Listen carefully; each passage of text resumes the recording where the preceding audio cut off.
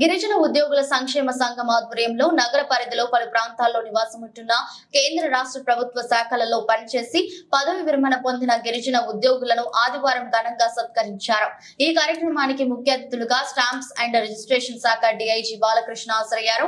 ఈ సందర్భంగా మాట్లాడుతూ ఆయా కేంద్ర రాష్ట్ర ప్రభుత్వాల శాఖల్లో పనిచేసిన గిరిజన ఉద్యోగులు అందించిన సేవలు అమోఘమని కొనియాడారు. వారి శేష జీవితం సాఫీగా సాగిపోవాలని ఆశాభావం వ్యక్తం చేశారు. అదేవిధంగా వారికి ఉన్న మేధాశక్తి సంపత్తిని భావితరాల గిరిజన విద్యార్థులకు అందించాలని, ఈ విషయంలో పదవి విరమణ చెందిన ఉద్యోగులంతా ఒక ఆలోచన చేయాలన్నారు. గిరిజనాభివృద్ధికి ప్రభుత్వాలతో పాటు మనవంతు సాయం కూడా నిత్యం అందించాలన్నారు. ప్రభుత్వం కల్పిస్తున్న అన్ని రాయితీలను సద్వినియోగం చేసుకుంటూ మరింత అభివృద్ధి సాధించాలన్నారు. ఈ సందర్భంగానే సుదీర్ఘకాలం పలు ప్రభుత్వం సంస్థల్లో సేవలు అందించిన తాంగుల రంగారావు, తలారి చిట్టమ్మ, లంపిముక్కి సత్యరావు, జంపరంగి నారాయణరావులను ఘనంగా సత్కరించారు. సంఘాన్ని కూడా స్థాపించి ఇక్కడ మన ప్రాంతంలో ఇన్ని కుటుంబాలు ఉన్నప్పటికీ మనం అందరం కూడా ఐకమత్యం లేను కాబట్టి ఐకమత్యం ఉండడం కోసమే ఇలాంటి కార్యక్రమాలు మనం పెట్టుకుంటున్నాం.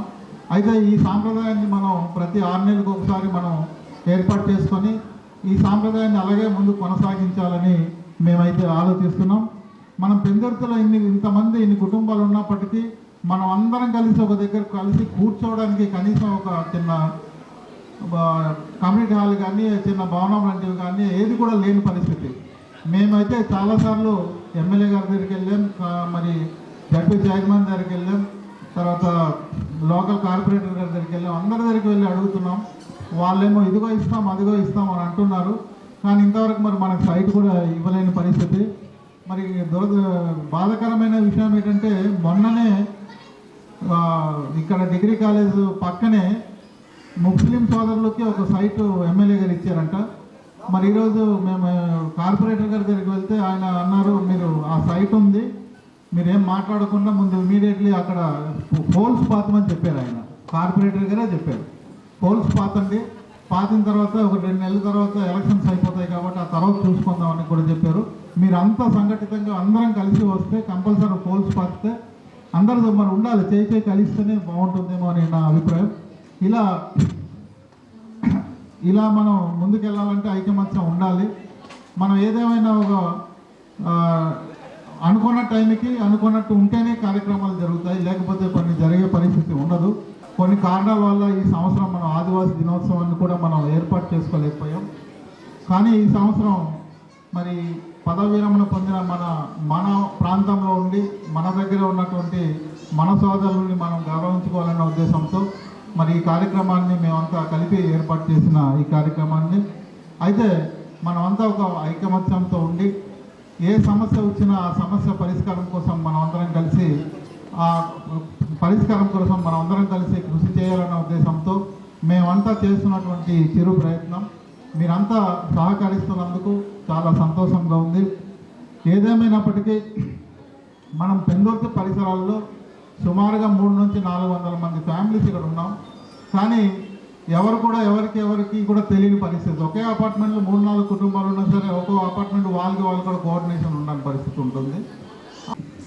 ఈ సన్మాన గ్రహీతల కార్యక్రమం ఏర్పాటు చేయడం, ఆ కార్యక్రమానికి మీ అందరితో భాగస్వామిని అదృష్టాన్ని కలిగించి ఈరోజు ఇక్కడ ఆహ్వానించినందుకు పెందుర్తి ఏరియా గిరిజన ఉద్యోగుల సంఘం వారికి ముందుగా నా హృదయపూర్వక ధన్యవాదాలు తెలియజేసుకుంటున్నాను. ఈ రూపంగా ఈరోజు మీ అందరినీ కలుసుకోవడం, ఈ కార్యక్రమంలో భాగమవడం నాకు చాలా సంతోషంగా ఉంది.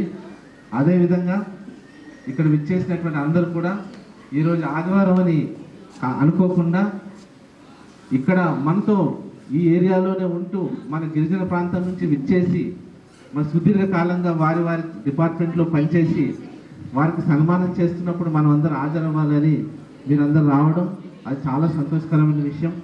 దానికి కూడా మీ అందరికీ మనస్ఫూర్తిగా అభినందనలు తెలియజేస్తున్నాను.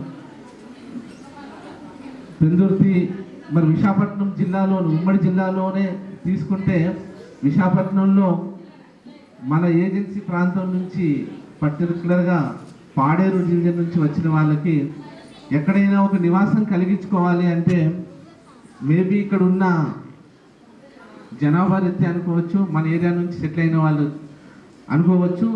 అందరూ మనం కూడా పెందుర్తిలో ఒక నివాసం ఏర్పరచుకోవాలి, మన పిల్లలు చదువురీత్యానో ఏమనేది ఇది పెందుర్తి అనే ఒక డెస్టినేషన్ అయిపోయింది మన ఏరియా ప్రాంతం వాళ్ళకి. సో అలా చూసినట్లయితే ఈరోజు సుమారుగా 400 కుటుంబాలండి, 400 పైబడి కుటుంబాలు ఇక్కడ ఉండడం. అలా ఇన్ని కుటుంబాలు ఉన్నప్పుడు అందరి మంచి చెడ్డలు చూసుకోవడానికి మన మంచి మన చెడు షేర్ చేసుకోవడానికి, ఒకరినొకరు ఐకమత్యం ఉండడానికి ఈ పెందుర్తి ఏరియా గిరిజన ఉద్యోగుల ఈ సంఘం ఏర్పాటు చేయడం చాలా సంతోషకరం. 2021లో ఏర్పరిచి మరి ఇప్పుడు మంచైనా చెడైనా మనం నమ్మకపోయిన వ్యక్తిని వారి యొక్క కులం బట్టి వారి యొక్క ప్రాంతం బట్టి ఐడెంటిఫై చేయడం అన్నది సహజం, దాన్ని మనం అందరూ అంగీకరించాల్సిన విషయం. సో మరి గిరిజన ప్రాంతం నుంచి వచ్చి ఇటు ఉద్యోగరీత్యా కానివ్వండి, పిల్లల చదువు రీత్యా కానివ్వండి, అటు మన ప్రాంతంతో మమేకం అవుతూనే మీరందరూ ఇక్కడ ఉండడం, అలా ఉన్నప్పుడు మరి మన సహచరులతో మనం మంచి చెడు షేర్ చేసుకోవడం అన్నది కంపల్సరీ. ఇదే ఐకమత్యం ఎప్పుడు ఉండాలని, అదేవిధంగా ఇప్పుడు మరి ఇక్కడ పెద్దలు కొక్కుల రామారావు గారికి మీరు కూడా ఉన్నారు. ఇప్పుడు మీరు అడుగుతున్నారు, మీరు ఎలాగైతే మన సిటీ సెంటర్లో గిరిజన భవన్ ఉందో ఇక్కడ అధికంగా నివాసంలో మన వారు ఉంటున్నారు కాబట్టి ఈ ఏరియాలో ఎట్టి పరిస్థితుల్లో మన వారందరి కోసం ఒక కమ్యూనిటీ హాల్ కోసం మనమందరూ కూడా వీరందరూ సహకరించాలని నేను కోరుకుంటున్నాను. ఎందుకంటే శుభకార్యాలు కానివ్వండి, మంచిగా మనం కలిసి మాట్లాడుకోవడానికి కానీ ఒకటి ఉండాలని అన్నది చాలా ప్రాముఖ్యత అవసరం కూడా. సో మీరు అందరూ దానికోసం కృషి చేస్తారని, మా సహకారం కూడా ఎప్పుడు ఉంటుందని మీకు తెలియజేస్తున్నాం. సరే, సభ ఈరోజు చేసిన ముఖ్య ఉద్దేశం మరి ఈరోజు మనము మన తోటి గిరిజనులు వారి డిపార్ట్మెంట్లోని సుదీర్ఘకాలంగా పనిచేసి అక్కడ ఉన్నతాధికారులను మన్నలు పొంది వారు సుదీర్ఘంగా 30-35 సంవత్సరాలు సర్వీస్ ఇచ్చి రిటైర్ అవ్వడం, వారందరికీ కూడా మనందరూ ముందుగా మనస్ఫూర్తిగా అభినందనలు తెలియచేయాలి. మరియు సన్మాన గ్రహీతల్లో తంగుల రంగారావు గారు ఇంకా రాలేదు, వారి దారిలో ఉన్నారు. మరి శ్రీమతి తలారి చిట్టమ్మ గారు విశాఖ పోర్ట్ ట్రస్ట్లో పనిచే